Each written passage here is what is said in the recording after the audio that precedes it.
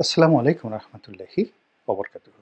সম্মানিত দর্শক, সাবেক প্রধানমন্ত্রী শেখ হাসিনার আরও একটি অডিও ফাঁস হয়েছে এবং অতীতে যে কয়টি তার যে বক্তব্য, সকল বক্তব্যের চাইতে এবারের যে অডিওটি, এটি মনস্তাত্ত্বিক বিশ্লেষণে বর্তমান বাংলাদেশের রাজনৈতিক যে পরিবেশ পরিস্থিতি সেটি আন্দাজ করা এবং আগামীতে আওয়ামী লীগের নেতৃত্ব, রাজনীতি এবং সেই রাজনীতিতে শেখ হাসিনার গুরুত্ব কতটুকু, এই বিষয়গুলো আন্দাজ করার যদি কেউ চেষ্টা করেন খুব সহজেই এই অডিও ক্লিপ থেকে বুঝতে পারবেন।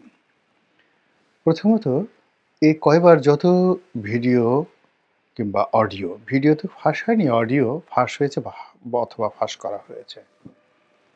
এখন এই সকল অডিওর যে ক্লিপ, সেখানে মূল উদ্দেশ্য ছিল যে শেখ হাসিনার বক্তব্যগুলোকে বাংলাদেশে টেস্ট কেসে পাঠিয়ে দেওয়া, এবং সেই কাজগুলো যারা করেছে তারা যথেষ্ট সফল হয়েছেন। এবং শেখ হাসিনা, আপনি লক্ষ্য করবেন যে প্রথম থেকে এ পর্যন্ত যত কথাগুলো বলেছেন, তো তার কোনো কথার মধ্যেই ধারাবাহিকতা ছিল না। কখনো তিনি বিষণ্ণ ছিলেন, কখনো তিনি কেঁদেছেন, কখনো তিনি হুমকি দিয়েছেন, কখনো তিনি আবার তার সেই যে সাবেক ভাষা, সেই ভাষায় কথাবার্তা বলেছেন, তর্ক করার চেষ্টা করেছেন। এবং তিনি যেভাবে খোঁটা দিয়ে কথা বলেন বিভিন্ন মানুষকে, ঠিক সেইভাবে ডক্টর ইউনূসকে খোঁটা দিয়ে তুচ্ছ-তাচ্ছিল্য করে কথা বলার চেষ্টা করেছেন।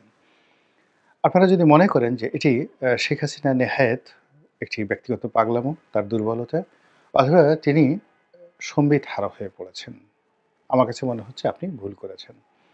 এর কারণ হলো তিনি প্রায় ১৫টি বছর বাংলাদেশ চালিয়েছেন অত্যন্ত শক্ত হাতে, এবং যেদিন পর্যন্ত তিনি ক্ষমতায় ছিলেন একেবারে শেষক্ষণ পর্যন্ত তার দলের কোটি কোটি নেতাকর্মীদের মধ্যে একমাত্র তিনি ছিলেন ভাবলেশহীন, দৃঢ় এবং ভয়হীন।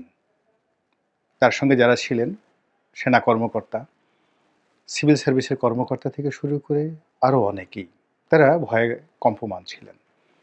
রাজনৈতিক যে সকল নেতৃবৃন্দ সেখানে ছিলেন তাদের হাঁটু কাঁপছিল, কিন্তু তিনি একেবারে শেষক্ষণ পর্যন্ত অত্যন্ত দৃঢ়তার সঙ্গে দাঁড়িয়েছিলেন, সবাইকে সান্ত্বনা দিয়েছেন, এবং তার মধ্যে ভয়, অনুশোচনা, আতঙ্ক কোনো রকম তার বডি ল্যাঙ্গুয়েজে ফুটে ওঠেনি। আপনারা যদি তার চলে যাওয়ার সে দৃশ্য দেখে থাকেন, এবং আপনার যদি যে মৌখিক এক্সপ্রেশন বা ফেসিয়াল এক্সপ্রেশন সম্পর্কে ধারণা থাকে, তো ওই সময় লক্ষ্য করবেন যে তাকে জড়িয়ে ধরে বা তাকে স্পর্শ করে একজন সরকারি কর্তা, মহিলা কর্তা, তিনি অঝরে কাঁদছিলেন। কিন্তু এই ঘটনায় শেখ হাসিনা একটুও বিচলিত না হয়ে তাকে সান্ত্বনাও দেননি। বরং খুব দৃঢ়তার সঙ্গে তিনি তাকে বোঝানোর চেষ্টা করেছেন যে তিনি যাচ্ছেন, আবার তিনি ফিরে আসবেন। এরকম তার অভিব্যক্তি আপনি ফেসিয়াল এক্সপ্রেশনে খুঁজে পাবেন।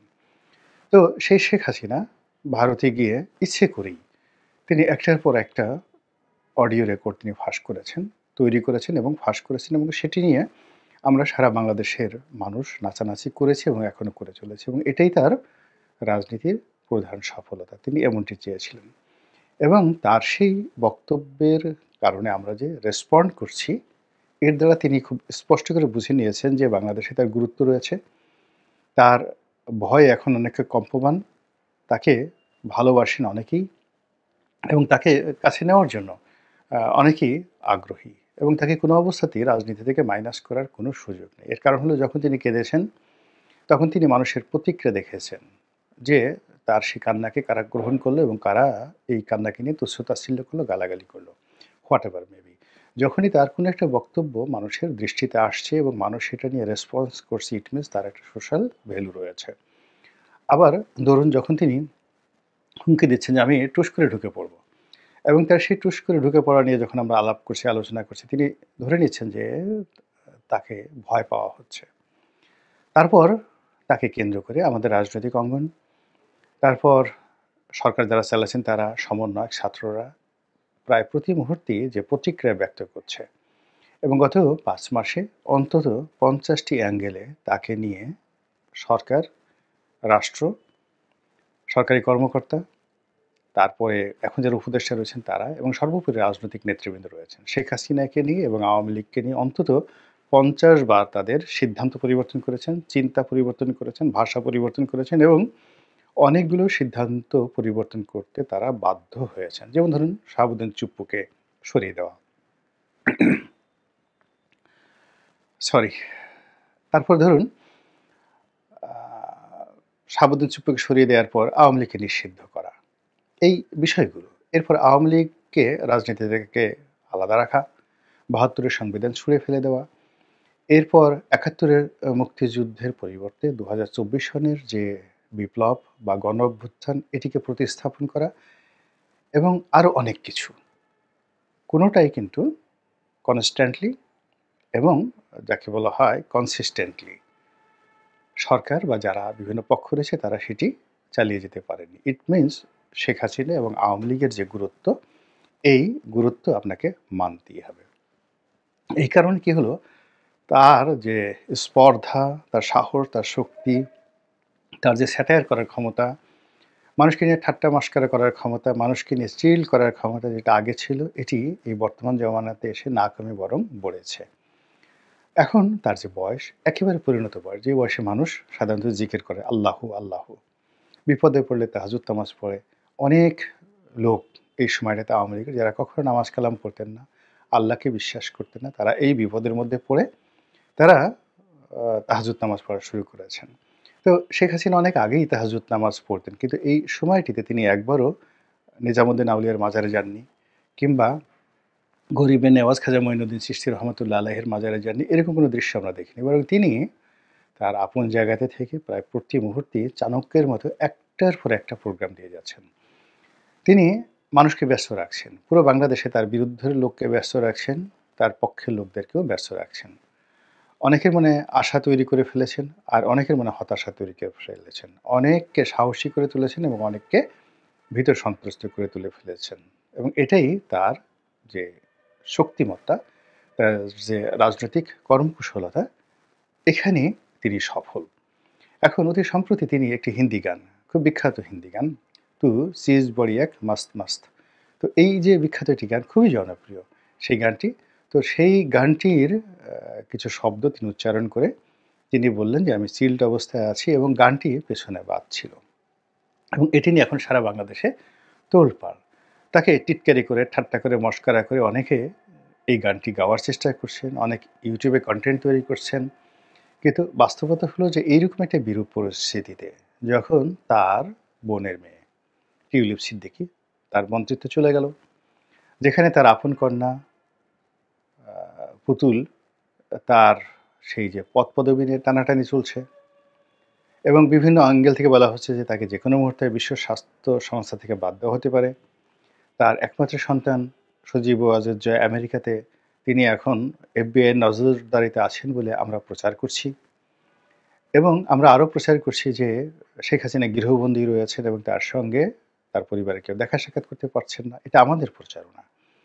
কিন্তু এই প্রচারণার বিপরীতে যখন তিনি হিন্দি গান বাজিয়ে তার কোনো কর্মীদের সঙ্গে কথা বলেন এবং নিজে যে খুব ভালো অবস্থায় রয়েছেন সেটি তাদেরকে প্রমাণ করার জন্য তিনি যখন এই গান আপন কণ্ঠে উচ্চারণ করেন, এবং সেটি শুনে যখন তার নেতাকর্মীরা এই প্রান্ত থেকে জয় বাংলা বলে স্লোগান দিয়ে ওঠে, এটা একটা অস্বাভাবিক, এটি একটা অস্থির প্রতিযোগিতা, একটি একটি যাকে বলা হয় আওয়ামী লীগের জন্য, তারপরে আওয়ামী লীগ বিরোধীদের জন্য একটি গুরুত্বপূর্ণ মেসেজ।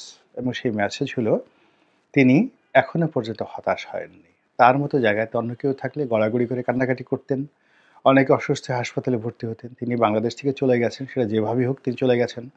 তিনি ক্ষমতা হারিয়েছেন, তার যে বিষয়গুলো গর্বের বিষয় ছিল, বস্তু ছিল, সেই বিষয়গুলো তছনছ হয়ে গেছে। তার যারা আপনজন ছিলেন তারা সবাই পলাতক অথবা জেলে গিয়েছেন, এবং তার নামে সারা বাংলাদেশে যে মামলা হয়েছে, মোকদ্দমা হয়েছে, এবং তার সঙ্গে সঙ্গে তার অতীত রেকর্ড, অর্থাৎ 1975 সালের 15 আগস্টে তার উপর এবং তার পরিবারের উপরও যে নির্মম ঘটনা ঘটেছে, সেই নির্মম ঘটনা যদি আপনার আমার জীবনে ঘটতো, আমরা জীবনে কথা বলতে পারতাম না, বোকা হয়ে যেতাম, বোবা হয়ে যেতাম। তো শেখ হাসিনা এত কিছুর পরও যে উজ্জীবিত হচ্ছেন, এখনো তিনি নির্দেশনা দিতে যাচ্ছেন। আবার তিনি স্বপ্ন দেখছেন এদেশ তিনি আবার আসবেন, আবার শাসন করবেন। আবার তিনি আমাদের সবাইকে প্যাদানি দিবেন। কাজেই তার এই যে "তু চীজ বড়ি হ্যায় মাস্ত মাস্ত, এ চীজ কেয়া হায়?" কাকে তিনি এই চীজ বললেন? তারপর এই চিজের সঙ্গে যে মাস্ত ফুর্তি করা যায়, এই ফুর্তি তিনি কাদের সঙ্গে করবেন? অর্থাৎ জনগণের সঙ্গে? তার প্রতিপক্ষের সঙ্গে? নাকি ডক্টর মোহাম্মদ ইউনূসের সঙ্গে? আপনাদের হয়তো অনেকের মনে আছে যে তিনি খুব রূঢ় এবং নিষ্ঠুর সিদ্ধান্ত নেয়ার পূর্বে তিনি গান গান।